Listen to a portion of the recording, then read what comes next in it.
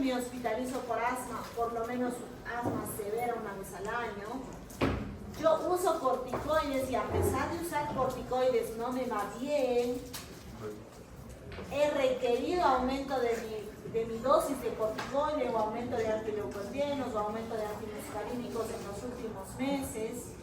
Me automedico con mucho SABA, mala adherencia o mala técnica al paciente. Soy muy alérgico y todo me causa alergia. Por ejemplo, si yo soy alérgico, no sé, al chocolate, en los niños pasa eso y me como chocolate, me voy a una fiesta, yo tengo una instauración probablemente de asma progresiva. Y si todos los días le doy al cítrico, al chocolate, al pescado, a la leche, que no sé que eso me da asma, puede ser suficiente la dosis sumatoria de alérgenos en el cuerpo para hacer una crisis severa de asma.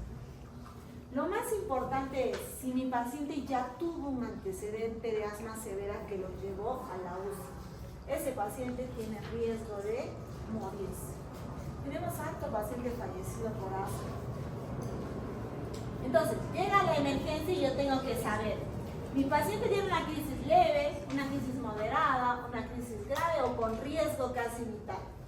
¿De qué depende? De parámetros muy fáciles, la frecuencia cardíaca, frecuencia respiratoria, politiraje, cianosis, la conciencia, cuánto nivel de sibilantes tengo en mi paciente, porque no será lo mismo sibilantes audibles sin estetoscopio, no será lo mismo que yo lo escuche al paciente, no será lo mismo silbido solo inspiratorio, a que sea inspiratorio y expiratorio, y que tenga silencio auscultatorio, que sea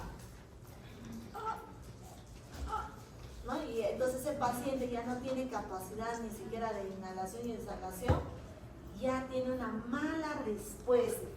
O sea, aquel paciente que ya está en agonía o boqueando, que decimos nosotros, que ya no puede ni hablar, porque ya no puede expresar, que tiene apneas, que tiene bradimia, paracardíaca, hipotensión, movimientos paradójicos, politirajes, silencio auscultatorio, que ya su nivel de conciencia esté deprimido, ni siquiera le voy a hacer una prueba de función pulmonar, ese paciente va de frente a la UCI.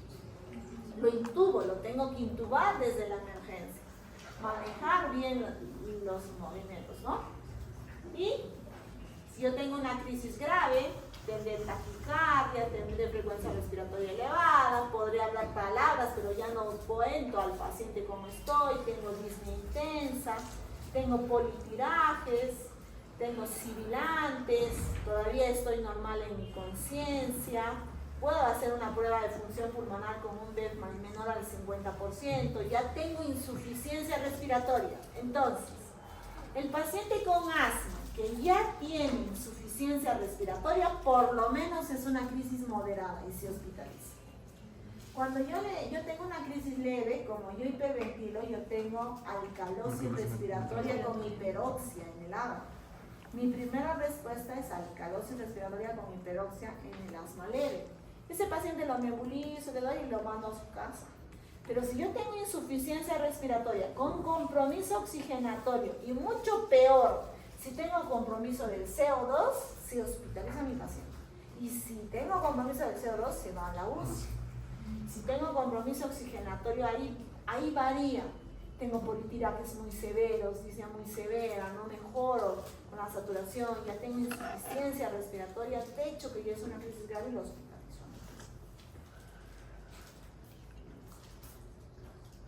Pero lo voy a intubar al que ya hace paro, al que tiene una hipoxemia muy severa con un CO2 ya elevado, al que tiene trastorno de conciencia, al que tiene un desbalance severo con una insuficiencia, boqueando, jadeo o paro respiratorio, paro cardíaco, de hecho que lo intubo, pues, ¿no?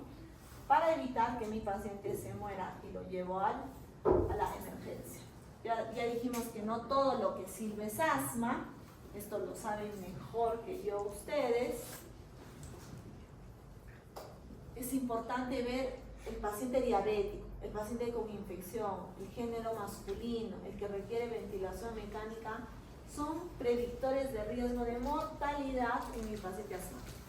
¿Por qué? Porque el diabético no puede usar corticoides sistémicos a altas dosis, es un riesgo diabético, el que tiene infección, porque el compromiso pulmonar no solo va a abrir, sino que el parénquima pulmonar está comprometido, ese paciente se va a morir más rápido.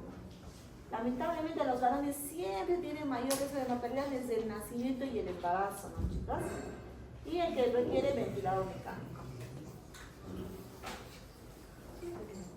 Ya. Y este de acá, en este nos vamos a avanzar, todavía no. A ver, en la siguiente. A ver, Renata, te mandé unas preguntas. Sí, un caso clínico. Ya, a ver.